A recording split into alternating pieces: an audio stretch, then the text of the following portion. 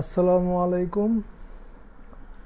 বেশ কিছুদিন পর আজকে আবার আপনাদের সাথে লাইভে কিছু কথা বলার জন্য হাজির হলাম।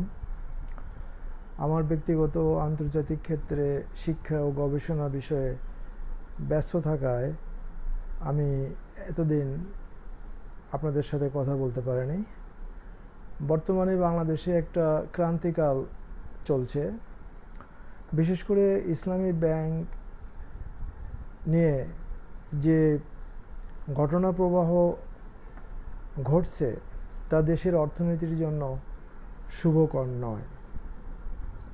তাই অনেকেই অনেক কথা বলছেন, তা আমিও ভাবলাম যে আমারও এই বিষয়ে কিছু কথা বলা উচিত।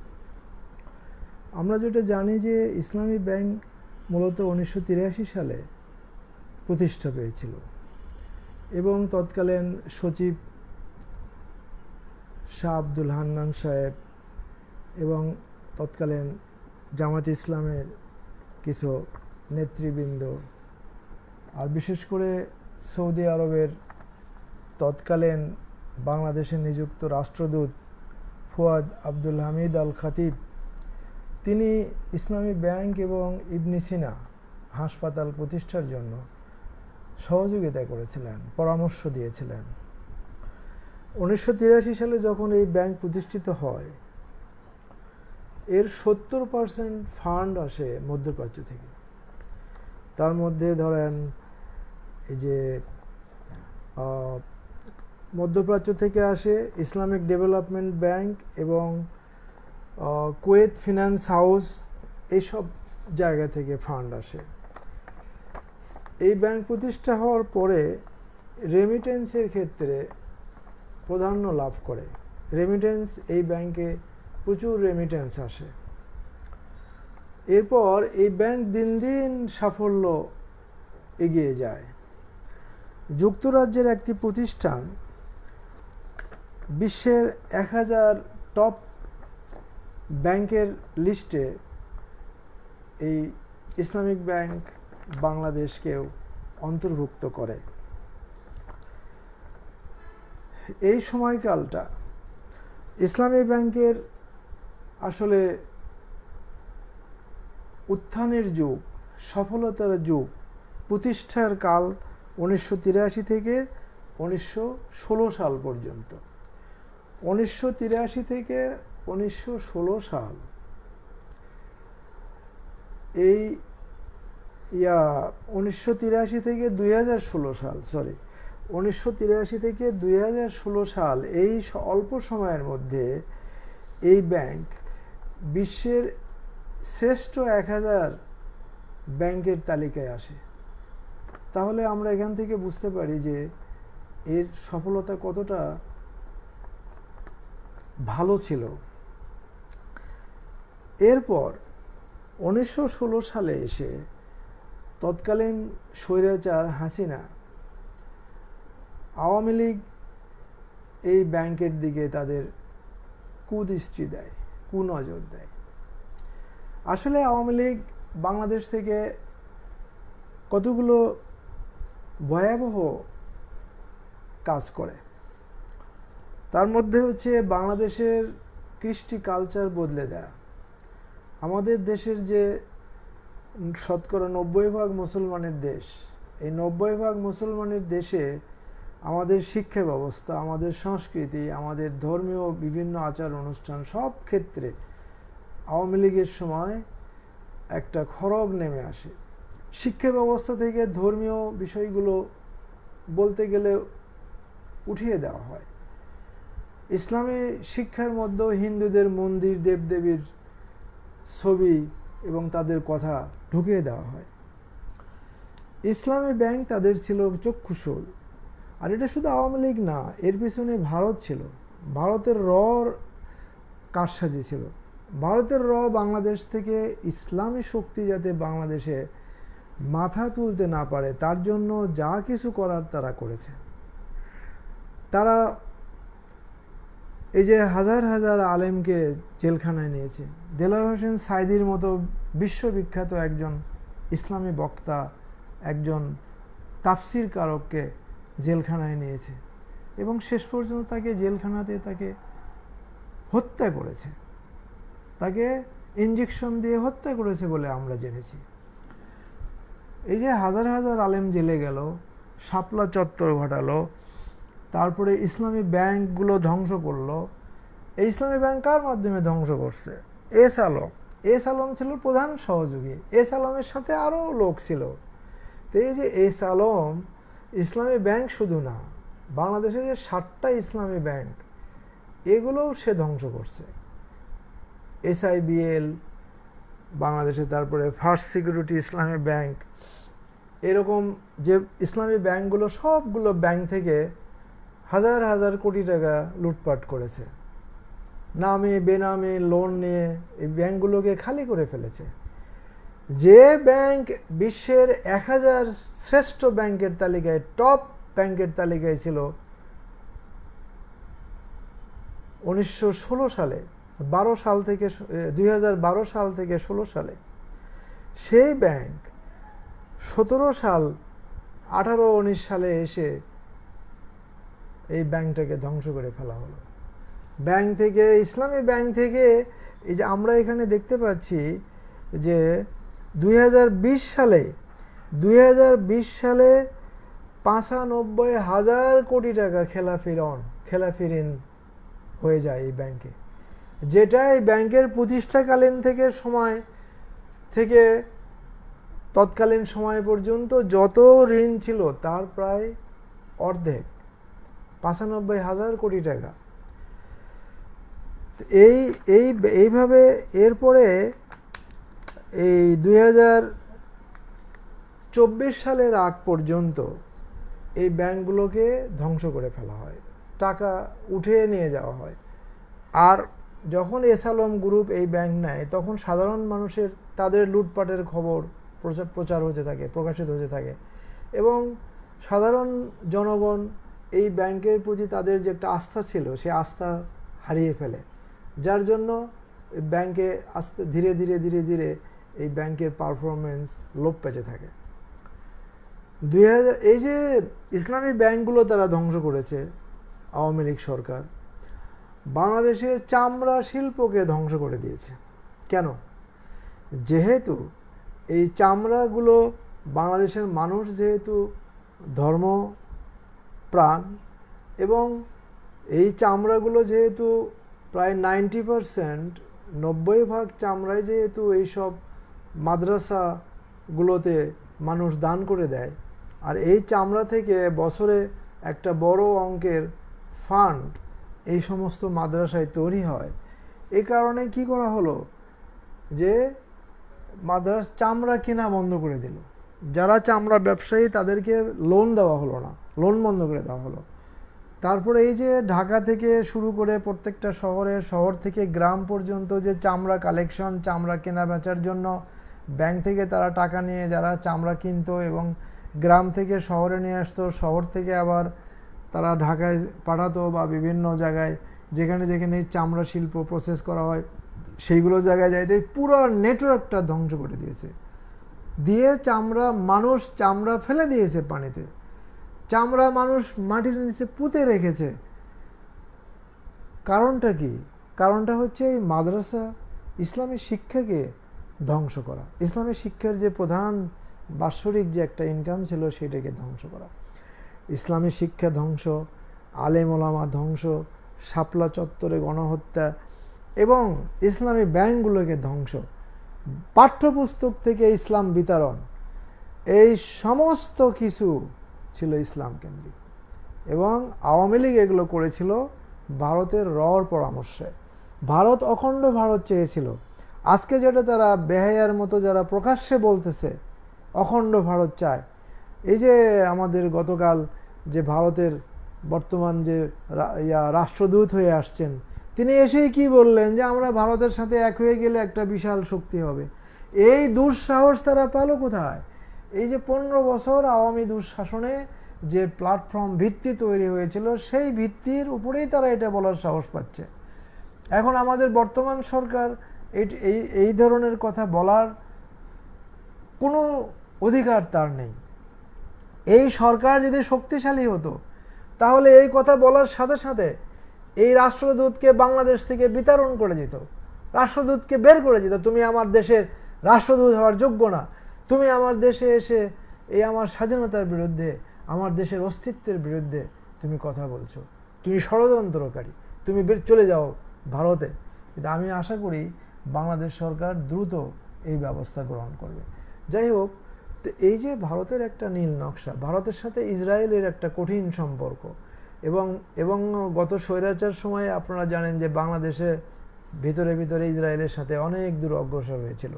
তো এই সমস্ত কিছু, তো আজকে ইসলামী ব্যাংক বর্তমানে আশ্চর্যের বিষয় হচ্ছে এই যে এস আলম গোষ্ঠী, তারা যে এই ধ্বংসলীলাগুলো চালালো, এই যে ভারতের ক্রীড়নক হয়ে, শেখ হাসিনার ক্রীড়নক হয়ে লক্ষ লক্ষ কোটি টাকা তারা বিদেশে পাচার করলো এবং লুটপাট করলো এবং শিল্প ধ্বংস করে দিল, বাংলাদেশের অস্তিত্ব বিলীন হওয়ার মতো অর্থনীতি সংকটে নিয়ে গেল। বাংলাদেশে মাত্র 13 থেকে 15 বিলিয়ন ডলার ছিল ফরেন রিজার্ভ, সেই পর্যায়ে শেখ হাসিনা পালানোর আগে এই অবস্থা হয়েছিল। তো এখন বাংলাদেশকে একটা ব্যর্থ রাষ্ট্র বানানোর জন্য যা কিছু করা দরকার তা করেছিল।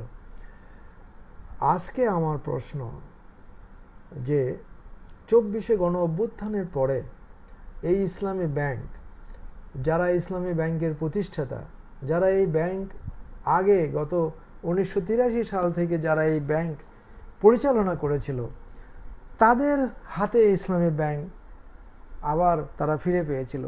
কারণ এই এস আলম সহ তার দোসররা বাংলাদেশ থেকে তারা পালিয়ে গিয়েছিল এবং তখন ইসলামী ব্যাংক আবার তার প্রতিষ্ঠাতাদের হাতে ফিরে আসে এবং জনগণের আস্থা ফিরে আসে।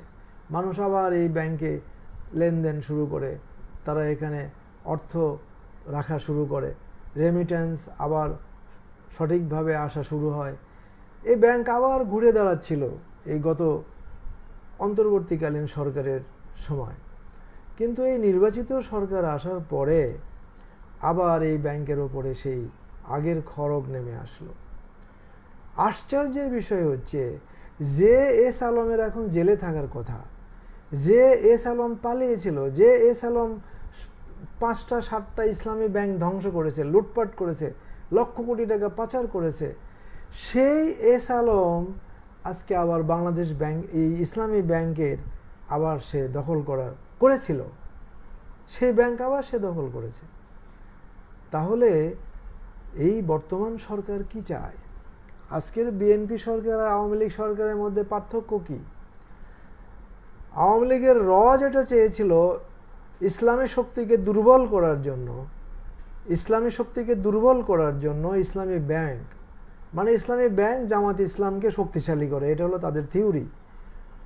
তো এখন ইসলামী ব্যাংক জামাত ইসলামকে, জামাত ইসলামের ব্যাংক তো এটা, ব্র্যাক ব্যাংক তো আছে, ব্র্যাক ব্যাংক আছে। আপনারা লক্ষ্য করবেন এই ইসলামী ব্যাংকে যখনই ইসলামী ব্যাংকে এইভাবে ধ্বংস করা হয়েছে, সাথে সাথে ব্র্যাক ব্যাংক 1 নম্বর ব্যাংকে পরিণত হয়েছে। এই ব্র্যাক ব্যাংক, ইসলামী ব্যাংক এখানে 1 নম্বর ব্যাংক থাকতো। তো এখন এই যে ব্র্যাক ব্যাংক, ব্র্যাকের কর্মসূচিটা কি? ব্র্যাক এদেশে একটা ধর্মহীন রাষ্ট্র প্রতিষ্ঠার তাদের প্রোগ্রাম আছে। তারা সারা বাংলাদেশে যে স্কুল চালায়, ওই স্কুলগুলো বাংলাদেশের কারিকুলাম মানে না, এবং এই স্কুলগুলোতে তারা যে ক্লাস 1 থেকে 5 পর্যন্ত পড়ায়, এখানে কোনো ধরনের ধর্মশিক্ষা দেওয়া হয় না। তো তাদের একটা এজেন্ডা আছে। আজকে ইসলামী ব্যাংক ধ্বংস হয়েছে, ওই গোষ্ঠী আজকে আরও অন্যান্য যারা আছে তারা আজকে সবল হয়েছে। কিন্তু আমার কথা হচ্ছে যে এস আলম দেশ ধ্বংস করেছে। এস আলম নিয়ে অন্তর্বর্তীকালীন সরকারের সময় অনেক পদক্ষেপের কথা শোনা হয়েছিল, যে তাকে দেশে ফিরে নিয়ে আসা হবে, সে যে টাকাগুলো বিদেশে পাচার করেছে সেই টাকাগুলো আবার দেশে নিয়ে আসা হবে, তার যে সমস্ত নিয়ম বহির্ভূতভাবে লোন লেনদেন করেছে তার বিচার হবে। কিন্তু আজকে আশ্চর্যের বিষয়, সে এস আলম আর এই সমস্ত বিষয় নেই। বর্তমান স্বরাষ্ট্রমন্ত্রী এবং অর্থমন্ত্রী তারা এই এস আলমের লোকদের পক্ষে ছাপাই গাইতেছে কি, তারা নাকি যে প্রক্রিয়ায় তারা ব্যাংকের ডাইরেক্টর হয়েছে সেই প্রক্রিয়ায় তারা থাকবে, ডাইরেক্টর হয়েছে। তো ডাইরেক্টর কিভাবে হলো তার কার গালে চড় দিয়ে হলো, কার কাছ থেকে জোর করে নেওয়া হয়েছিল সেইটা তারা জানে না, সবই জানে তারা। এবং আজকেও যে সরকার যে খুরশেদ আলম সাহেবকে ব্যাংকের চেয়ারম্যান করলেন, বাংলাদেশ গভর্নর, এবং এই বাংলাদেশ গভর্নরও তো সরকার তাকে যে এই দায়িত্ব দিয়েছে, সে তো আসলে এই ধরনের দায়িত্ব আগে কখনো পালন করেনি। বর্তমান বাংলাদেশ গভর্নর, সে তো এই তার কোনো বিদেশি ডিগ্রিও নাই এই বিষয়ে, এবং তিনি কখনো এই ধরনের কাজে জড়িতও ছিলেন না। তাকে এখানে বসানো হয়েছে। কে বসালো? এই অর্থমন্ত্রীকে জবাব দিতে হবে, এবং সালাউদ্দিন সাহেবকে জবাব দিতে হবে। এবং এই অর্থমন্ত্রী যে তাকে গভর্নর করলেন কোন যুক্তিতে, তার কি যোগ্যতা আছে? এখন তিনি গভর্নর হয়ে তিনি খুরশেদ আলমকে ব্যাংকের ইসলামী ব্যাংকের চেয়ারম্যান নিযুক্ত করলেন। তো খুরশেদ আলম কে? খুরশেদ আলম তো সে তো 24-এর গণ অভ্যুত্থানের পরে দেশ থেকে পালিয়েছিল। সে তো দোসর, সে ওই এস আলমের সহযোগী। তো সেই রকম একজন লোককে যখন ইসলামী ব্যাংক দেওয়া হলো, দিয়ে যখন সারা দেশের জনগণ, বিশেষ করে যারা এখানে যারা আমানতকারী এবং এই ব্যাংকের যারা প্রতিষ্ঠা করেছে, সেই হিসেবে রাজনৈতিক দল হিসেবে জামায়াতে ইসলামী, তারা পার্লামেন্টে এবং বাইরে বিক্ষোভ মিছিল করলো, পার্লামেন্টে বক্তব্য রাখলো, রেখে তারা প্রতিবাদ করলো। কিন্তু এই সব প্রতিবাদে আমাদের অর্থমন্ত্রী, স্বরাষ্ট্রমন্ত্রী তারা কিন্তু ওই খুরশেদ আলম সাহেবের, এবং খুরশেদ আলম সাহেব মানে কি এস আলম, তাদের পক্ষেই ওকালতি করলেন। তো এখন এইসব বিষয় আমাদের অত্যন্ত বেদনাদায়ক যে আজকে দেখেন এই ইসলামী ব্যাংক ইস্যুটা এমনভাবে এসেছে যে এস আলম যে একটা দুষ্কৃতিকারী, এস আলম যে একটা লুটপাটকারী এবং অবৈধভাবে যে দেশ থেকে অর্থ পাচারকারী, এবং বিভিন্ন 7টা ব্যাংক থেকে যে নামে বেনামে যে হাজার হাজার কোটি টাকা, হাজার বললেও ভুল হবে, এক একটা ব্যাংকে দেখলাম কোন ব্যাংক থেকে 10,000 কোটি, কোন ব্যাংক থেকে 30,000 কোটি, এবং ইসলামী ব্যাংক থেকেই নাকি প্রায় লক্ষ কোটি টাকা লোন নিয়েছে। তো এই লোন নিয়ে এসে কী করেছে, কোথায় রেখেছে, সেগুলোর জবাব দিতে হবে না? তা আমি অর্থমন্ত্রীকে বলবো, স্বরাষ্ট্রমন্ত্রীকে বলবো, আপনারা এস আলমকে গ্রেফতার করেন এবং তাদের যে দোষর সবাইকে আইনের আওতায় নিয়ে আসেন। এবং এই যে অতীতে তারা যে এই সমস্ত 2017 থেকে যে 2024 পর্যন্ত তারা যে সমস্ত কাজ করেছে সেইগুলোর জবাবদিহিতা করতে হবে, সেইগুলোর বিচার করতে হবে।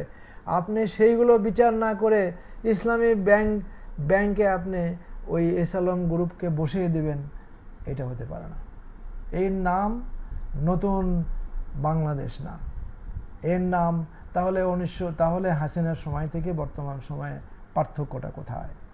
আপনারা কি পার্থক্য নিয়ে আসলেন? নতুন বাংলাদেশ কোথায়? তো সেই হিসেবে আমি বলবো যে যাই হোক, বর্তমানে আমরা দেখলাম যে বাংলাদেশ ব্যাংকের গভর্নর তিনি চেয়ারম্যান সহ সকল ডাইরেক্টরকে অব্যাহতি দিয়েছেন, তাদেরকে বিলুপ্ত করেছেন। তা আমরা আশা করব যে এই ব্যাংক ইসলাম নামধারী ব্যাংক, ইসলাম এখানে সুদভিত্তিক লেনদেন হয় না, এখানে সুদের বাইরে একটা ইসলামী শরিয়া মতো এই ব্যাংক চলে। এই ব্যাংকের যিনি চেয়ারম্যান হবেন, এই ব্যাংকের যিনি এমডি হবেন, এই ব্যাংকের যারা বোর্ড অফ ডাইরেক্টর সদস্য হবেন, প্রত্যেককে ইসলামে জ্ঞানান্বিত হতে হবে, ইসলামী শরিয়া বুঝতে হবে, না হলে তারা ব্যাংক চালাবেন কিভাবে? এবং তখনই কেবল এদেশের মানুষ আবার এই ইসলামী ব্যাংকের প্রতি আস্থা ফিরে আসবে। ইসলামী ব্যাংকে ধ্বংস নয়, ইসলামী ব্যাংকে পুনর্গঠিত করতে হবে। ইসলাম সত্যিকারের যারা ইসলাম জানে, যারা ইসলাম বোঝে, তাদের দিয়ে এই ব্যাংক পরিচালনা করতে হবে। এই বলেই আমি শেষ করছি। আশা করি সরকারের শুভ বুদ্ধির উদয় হবে এবং ভবিষ্যতে একটি শক্তিশালী অর্থনীতি, অর্থ ব্যবস্থা, ব্যাংক ব্যবস্থা গড়ে তোলার জন্য ইসলামী ব্যাংককে শক্তিশালী করতে হবে। শুধু এই ইসলামী ব্যাংক না, আরও যে 7টা ইসলামী ব্যাংক আছে, সেই 6টা ব্যাংক আছে, সবগুলো ইসলামী ব্যাংককে পরিকল্পিতভাবে ধ্বংস করা হয়েছে। আবার সুপরিকল্পিতভাবে এগুলোকে আবার পুনর্জীবন দিতে হবে। এগুলোর পিছনে আমাদের দেশের মুসলমানদের তাহজিব তামাদ্দুন রক্ষার জন্য ভারতীয় রর এগেনস্টে আমাদের দাঁড়াতে হবে। গত 15 বছর স্বৈর শাসনে যে সমস্ত বিষয় ধ্বংস হয়েছে সেগুলো থেকে আমাদের আবার ফিরে আসতে হবে।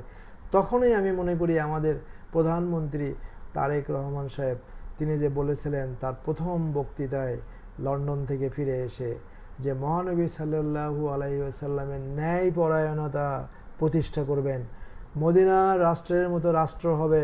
তো মদিনার রাষ্ট্র গঠন করতে হলে আপনাকে ইসলামী অর্থ ব্যবস্থা গঠন করতে হবে, ইসলামী শিক্ষা ব্যবস্থা গঠন করতে হবে। আপনার শিক্ষামন্ত্রীরা যে সমস্ত পদক্ষেপ নিচ্ছে এইগুলো ইসলাম নয়।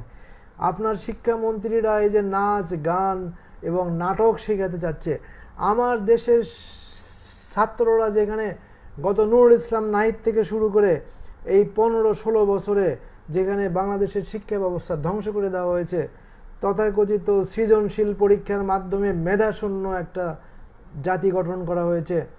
বাংলাদেশের বিশ্ববিদ্যালয়, প্রাইভেট বিশ্ববিদ্যালয় ব্যাঙের ছাতার মতো গজে উঠেছে এবং এই প্রাইভেট বিশ্ববিদ্যালয়গুলো 2-3 সেশনে ছাত্র ভর্তি করায়। আর নুরুল ইসলাম নাহিদরা এবং এই নওফেলরা এরা কি করেছে, বিনয় হিসেবে A+, বিনয় হিসেবে A5 দিয়েছে, লক্ষ ছাত্রকে তারা পাশ করে দিয়েছে। অনেকেই যারা পরীক্ষার খাতা দেখেছে হেড টিচারদেরকে বলে দেওয়া হতো যে আপনারা এত % আপনারা A+ দেবেন, এই দেবেন। কারণটা কি? কারণটা হচ্ছে এই যে ব্যাঙ্গের ছাতার মতো বিশ্ববিদ্যালয়গুলো যে প্রতিষ্ঠা হয়েছে, এই বিশ্ববিদ্যালয়গুলো আবার 3 সেশন করে ছাত্র ভর্তি করাচ্ছে।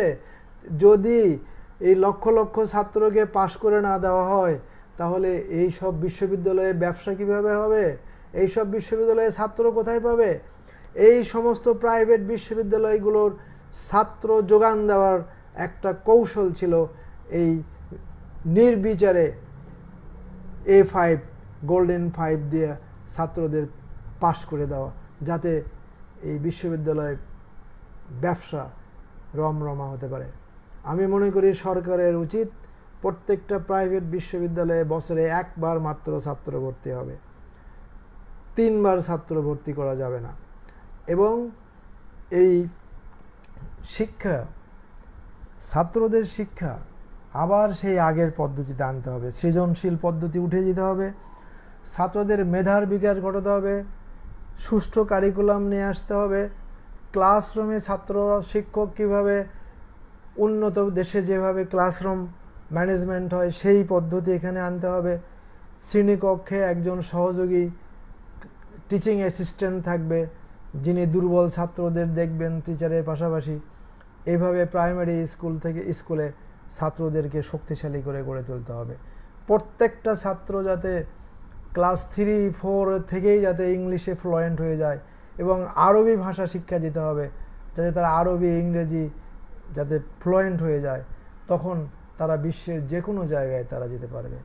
এবং ইসলামী আদর্শ ছাড়া আমাদের শিক্ষা ব্যবস্থা উন্নয়ন করা সম্ভব নয়। বিজাতীয় সংস্কৃতি, ভারতীয় র এবং পাশ্চাত্যের দর্শন দিয়ে আমাদের মুসলিম দেশের উন্নতি হবে না। আমাদেরকে ইরান, মালয়েশিয়া, টার্কি এই সমস্ত দেশের শিক্ষার আলোকে আমাদের শিক্ষা ঢেলে সাজাতে হবে। আমি শিক্ষামন্ত্রীকে বলবো, আপনারা যে সমস্ত বড় বড় কথা বলছেন, এই যে প্রত্যেকটা এমপিদের এলাকায় আপনারা বিশ্ববিদ্যালয় দিবেন, বাংলাদেশে 300 বিশ্ববিদ্যালয়, আপনি প্রত্যেক এলাকায় একটা করে কলেজ থাকতে পারে, আপনি বিশ্ববিদ্যালয় কী করে দিবেন? আপনি বিশ্ববিদ্যালয় কি অর্থ কি এটা যে প্রত্যেক গ্রামে গ্রামে আপনি বিশ্ববিদ্যালয় বানাবেন? তাহলে বিশ্ববিদ্যালয় থেকে যারা পাশ করবে তাদের মান কি হবে? এই মানকে নিয়ন্ত্রণ করবে। তো এইগুলো বাদ দেন, আপনি বিশ্ববিদ্যালয় বাড়ানোর দরকার নেই, বরং আমি তো মনে করি বাংলাদেশে প্রয়োজনের চেয়ে অনেক বেশি বিশ্ববিদ্যালয় আছে। এতগুলো প্রাইভেট ইউনিভার্সিটি, গ্রামে গঞ্জে আজকে সরকারি পাবলিক বিশ্ববিদ্যালয়, বিজ্ঞান ও টেকনোলজি বিশ্ববিদ্যালয়, এরপরে আবার বিশ্ববিদ্যালয়ের স্বপ্ন দেখেন কেন? এই বিশ্ববিদ্যালয়ে ছাত্র শিক্ষকদের উন্নত মানের গবেষণা, উন্নত মানের ট্রেনিংয়ের ব্যবস্থা করেন। আপনি এই বিশ্ববিদ্যালয়ের বিশ্বের বিভিন্ন দেশে যে সমস্ত কারিকুলাম আছে, তারা যে পাঠ পদ্ধতি আছে, পরীক্ষা পদ্ধতি আছে, সেইগুলো আপনি এখানে নিয়ে আসেন। আপনার এই যে ছাত্র ভর্তি করাবেন এক একটা বিশ্ববিদ্যালয়ে, আপনি শ্রেণীকক্ষে আপনার ক্লাসে চেয়ার আছে মনে করেন 50টা বা 60টা, আপনি 100-150 ছাত্র ভর্তি করান।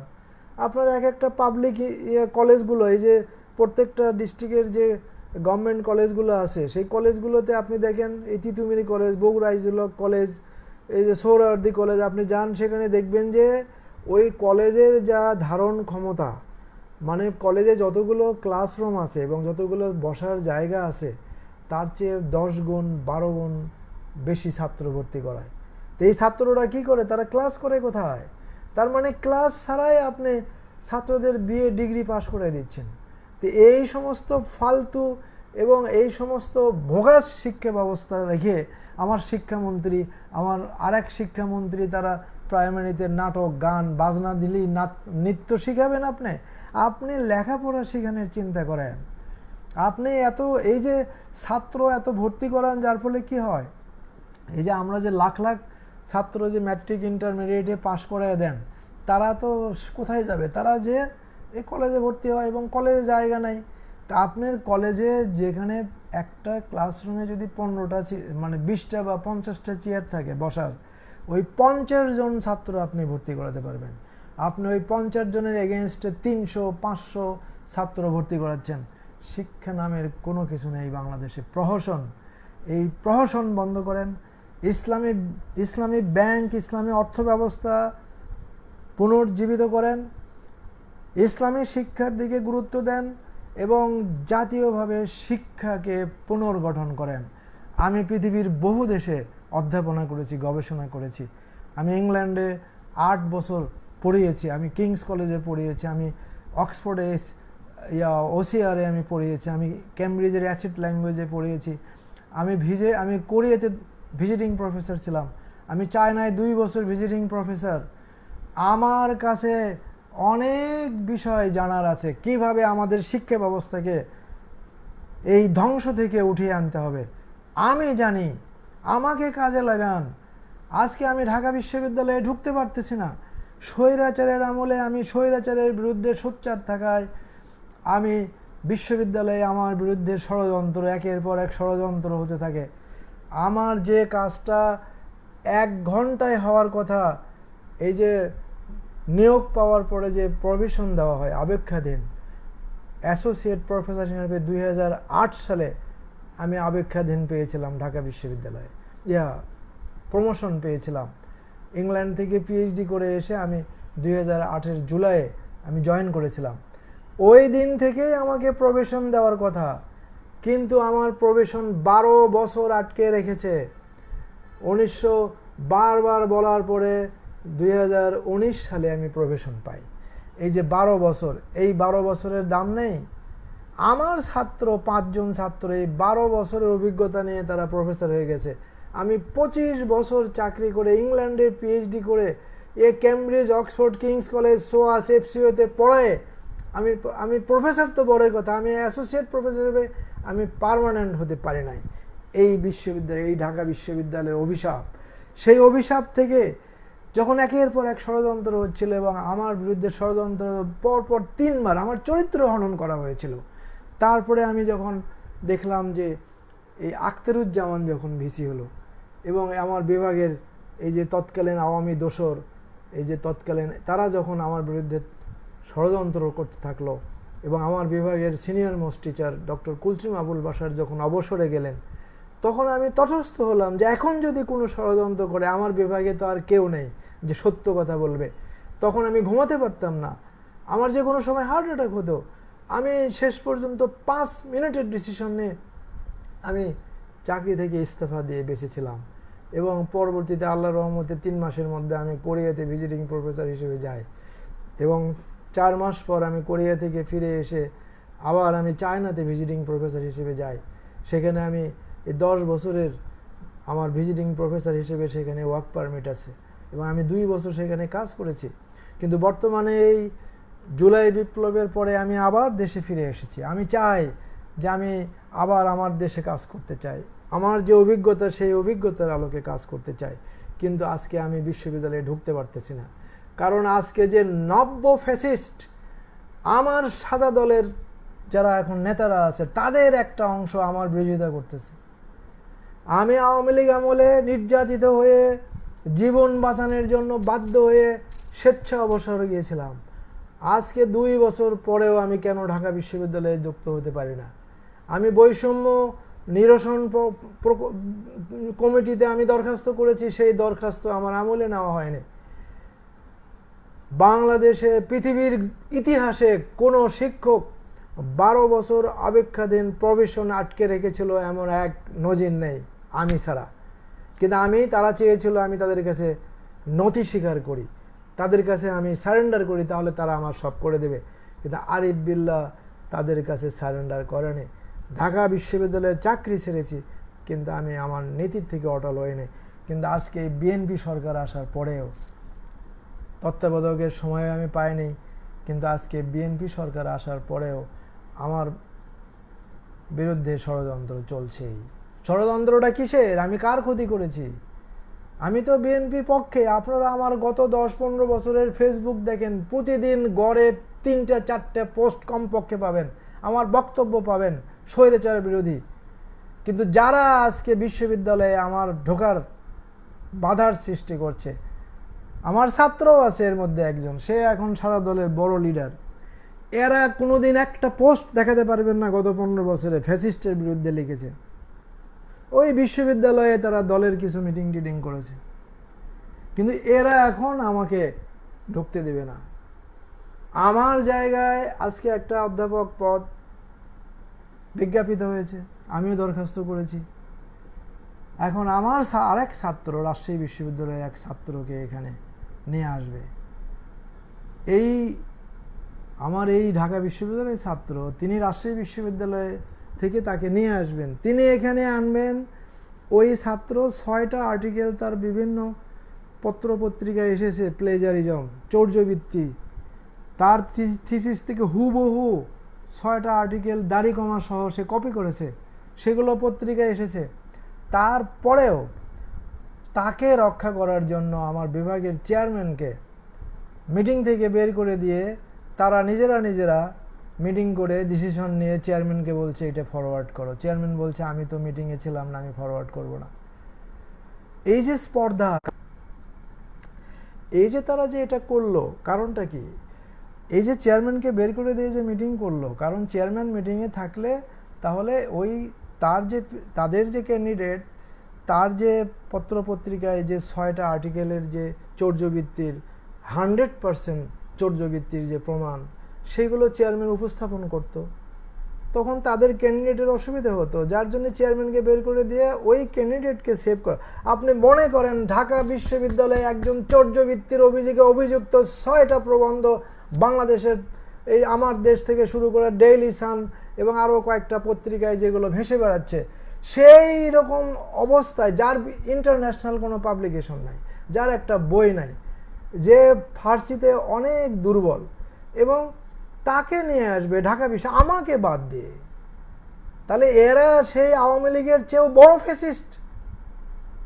এই ফ্যাসিস্ট এখন ঢাকা বিশ্ববিদ্যালয়ে গ্রাস করেছে।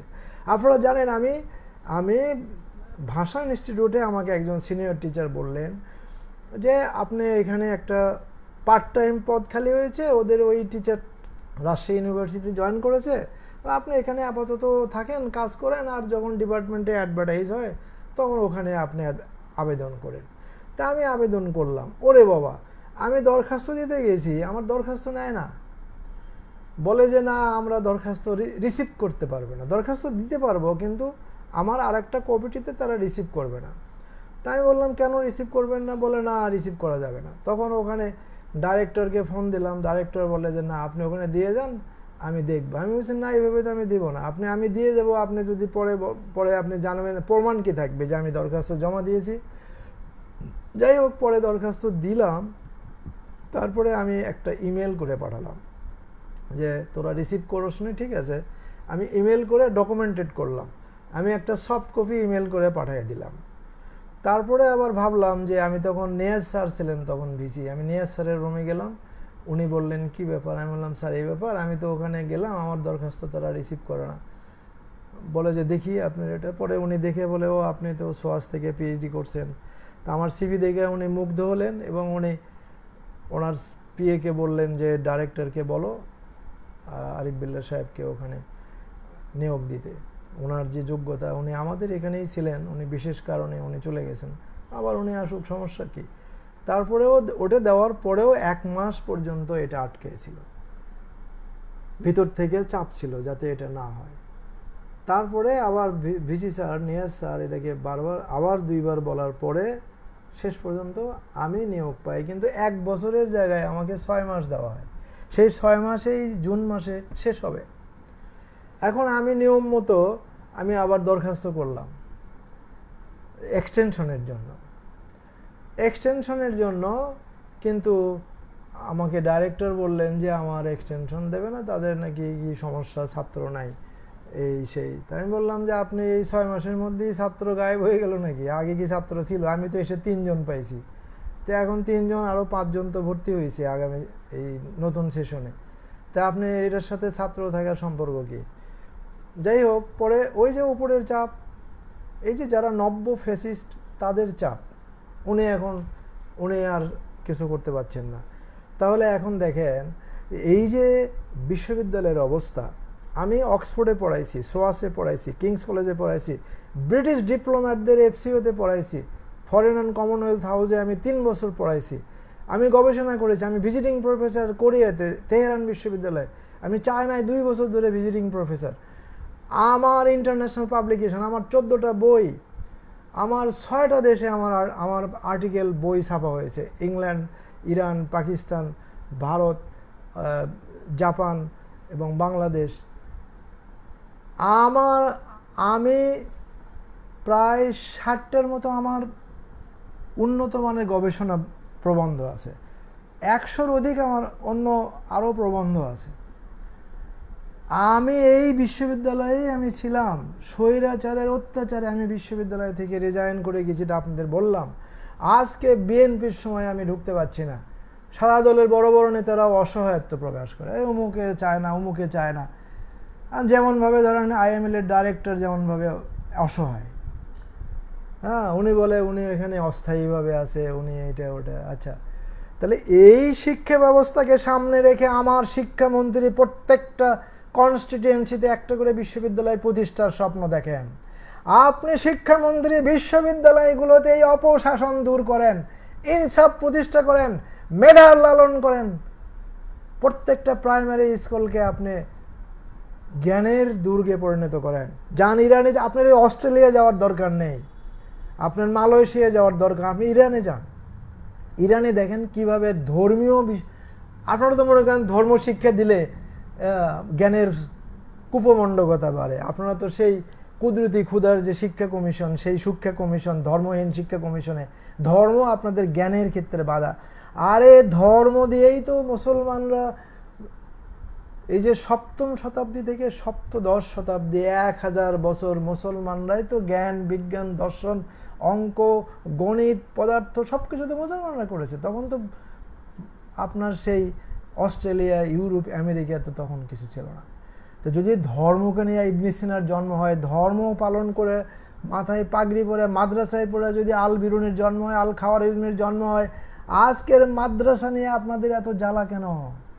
আপনি প্রাইমারি শিক্ষা কেন গড়ে তুলতে পারছেন না? আপনার ছাত্ররা এই যে স্কুল থেকে, কলেজ থেকে পাশ করে বিশ্ববিদ্যালয়ে পরীক্ষা দিতে আসে, আপনার ছাত্র ছাত্রীরা কেন 10%ও পাশ করে না ভর্তি পরীক্ষায়?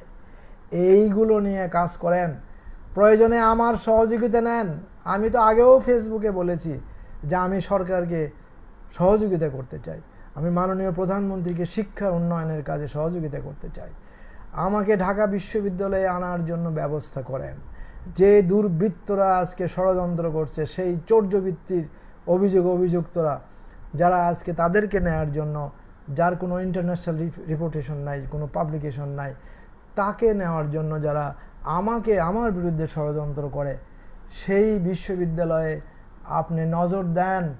মাননীয় প্রধানমন্ত্রী এবং 2 জন শিক্ষামন্ত্রীকে আমি বলছি যে আপনারা এই ঢাকা বিশ্ববিদ্যালয়ে নজর দেন, এবং সমস্ত বিশ্ববিদ্যালয়ে আমার ধারণা এইভাবেই এক একটা দুর্বৃত্তায়ন ঘটেছে, এগুলো থেকে মুক্তি দেন।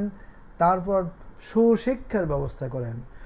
আপনার মাথায় যদি জ্ঞান তৈরি না হয়, তাহলে ওই নাচ শিখাইয়া আপনি কি করবেন?